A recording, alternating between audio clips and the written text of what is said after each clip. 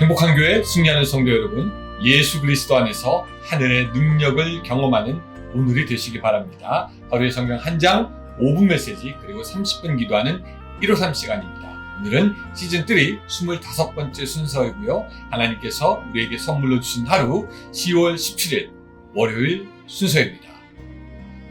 새롭게 시작하는 한 주의 첫날입니다. 우리나라 속담에 천리길도 한 걸음부터 라는 말이 있죠. 여러분, 해야 할 큰일 혹은 큰 계획이 있다면 오늘부터 천천히 해나가면서 끝까지 이루어가는 한 주가 되시기를 바랍니다. 또 이런 얘기도 있잖아요. 시작이 반이다 이런 말 있으니 바로 오늘 시작하면은 50%는 이루어 놓은 것이 아닐까 생각합니다. 그렇게 좋은 시작으로 많은 열매를 맺는 한 주간이 되시기를 바라면서 오늘 153 욥기 3장 1절부터 10절까지 읽으면서 순서를 시작합니다. 3장 1절부터 10절까지입니다. 자, 제가 읽겠습니다. 그 후에 욥이 입을 열어 자기의 생일을 저주하니라. 욥이 입을 열어 이르되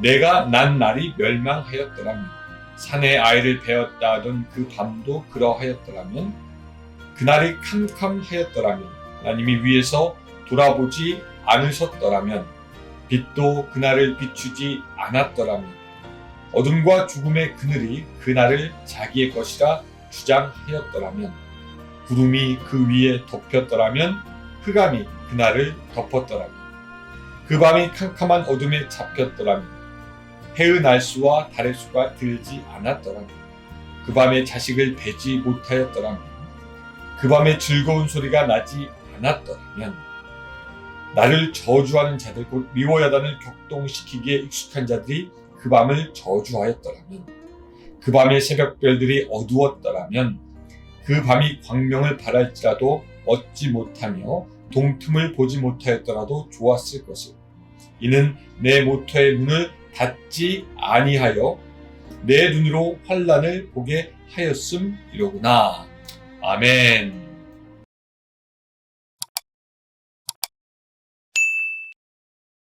오늘 본문에서 욥의 고통을 보면은 그가 지금 얼마나 큰 고난 가운데 있는지 우리가 알 수가 있습니다. 이 본문의 첫 부분은 욥이 자신의 탄생을 저주하는 장면이 나오고 중간에는 죽음을 동경하는 부분이 나옵니다. 그리고 마지막에는 자기의 삶이 계속 연장되고 있는 것에 대한 고통을 이야기하는 것, 우리가 읽을 수가 있죠. 그렇게 어마어마한 고통을 말로 쏟아놓는 욥의 모습이 사실 우리는 100% 이해가 됩니다. 그는 자신의 재물들을 다 하루아침에 잃어버렸고 요새의 말로 하면은 길바닥에 내앉게 되었습니다. 뿐만 아니라 그의 자녀들도요, 갑자기 다 죽게 되잖아요. 한 명의 자녀도 그는 구하거나 보지 못했습니다. 게다가 그의 부인은 욥에게 경멸하듯이 얘기합니다. 하나님을 저주하고 죽으라. 게다가 그는 이제 발바닥에서부터 정수리까지 종기가 나서 제 가운데 앉아서 질그릇으로 몸을 덕덕 그냥 긁고 있는 그런 형편이 되었습니다. 재물을 다 잃어버렸다, 혹은 자녀를 잃어버리게 되었다, 혹은 온 몸에 병이 들었다. 그 하나만으로도 마음의 고통, 그 육신의 아픔이 견디기 힘든 것인데 욥은 그 모든 것을 문자 그대로 다 잃어버리게 되었습니다. 그런 욥의 마음에 드는 것은 다름이 아닌 의문이었습니다. 오늘 3장을 가만히 보면은 여기 물음표가 따로 나오진 않습니다. 퀘스천 마크가 따로 있지는 않았는데 안았더라면 이런 말을 계속 사용하면서 의심이 가득한 질문을 하는 욥의 속내를 우리가 볼 수가 있습니다. 욥은 내가 태어나지 않았더라면 어떠했을까? 차라리 이런 생각했었겠죠. 또 내가 죽었더라면 낫지 않았을까? 이런 생각하는 거고요. 내 생명의 빛이 사라지면 좋지 않았을까? 그렇게 스스로에게 물어보고 있는 것입니다. 오늘 우리도 어쩌면요, 이런 많은 의문을 품고 살지 않을까 생각해 봅니다. 사랑하는 누군가가 내 곁을 떠나지 않았더라면, 내가 사업에 실패하지 않았더라면, 내가 사람들을 잘 관리했더라면, 내가 아프지 않았더라면, 우리도 여러 가지 삶의 고난과 어려움 속을 지나가면서 삶의 근본적인 것에 대해서 의문을 제기합니다. 물론 이 믿음이 좋은 사람은 난 절대로 의심하지 않습니다. 나는 나의 고통에 대해서 의문을 제기하지 않을 것이다. 이렇게 말할 수도 있겠죠. 이것도 다 하나님의 뜻이지요. 라고 담대하게 확신 가운데 말할 수도 있긴 있겠습니다. 근데 하지만 우리는 알잖아요. 예수님도 십자가 앞에 고통을 앞두고 할 수만 있다면 이 잔을 내게서 지나게 하옵소서라고 하십니다. 이 말은 어쩌면 예수님이 그 마음에 혹시나 이 잔이 지나갈 수는 있지 않을까라고 하는 정말 0. 몇몇 프로의 질문이 그 마음속을 스치고 지나가지 않았을까 하는 생각을 하게 되는 거죠. 어떤 사람들은 얘기합니다. 믿음 있는 사람은 그렇게 질문하면 안 되죠. 의문을 가지면 안 되죠. 안 됩니다. 그렇게 말할 수도 있고, 또 욥이 3장에서 이 한탄을 했던 것처럼 우리가 한탄하면 안 됩니다. 절대 안 되지 라고 말할 수 있지만, 우리 인간들은 고통과 고난 앞에서 번뇌하게 되고 극한 어려움을 만나게 되고, 그렇게 되면 하나님의 인도하심과 그분의 풍성한 은혜에 질문을 할 수가 있습니다. 하나님, 왜 나입니까? 또한 욥이 그러했던 것처럼 자신의 신세에 대해서 한탄하고 또 탄식하면서 죽는 것이 낫지 않겠는가라는 생각까지도 할 수가 있죠. 어쩌면 이것이 보통의 사람들은 다 거치는 과정이 아닐까 싶습니다.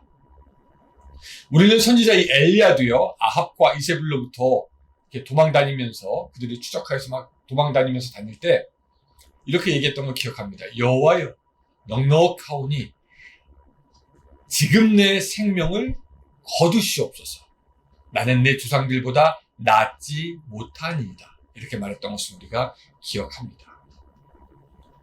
그런데 이제 오늘 우리가 욥에게서 우리가 오늘 배우는 것은 뭐냐면요, 욥은 그렇게 의문을 제기하고 또 한탄을 하기는 했지만 그 안에서 하나님을 향한 불신앙이나 불평이나 원망은 하지 않았습니다.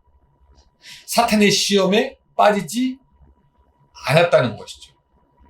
욥도 사실 그를 고난에 처하게 하신 그 하나님의 깊은 섭리를 다 이해한 것은 아니었지만, 하나님에 대해서 불신하지 않으므로 그의 믿음의 온전함을 지켜갔던 것, 우리가 기억해야 합니다. 이것을 우리가 배워야 합니다. 다윗도 마찬가지였습니다. 다윗 역시 오랜 고난 가운데서 오랜 시간을 보내지만 그는 하나님을 거역하지 않고 그 믿음과 신뢰를 저버리지 않는 것을 우리가 압니다.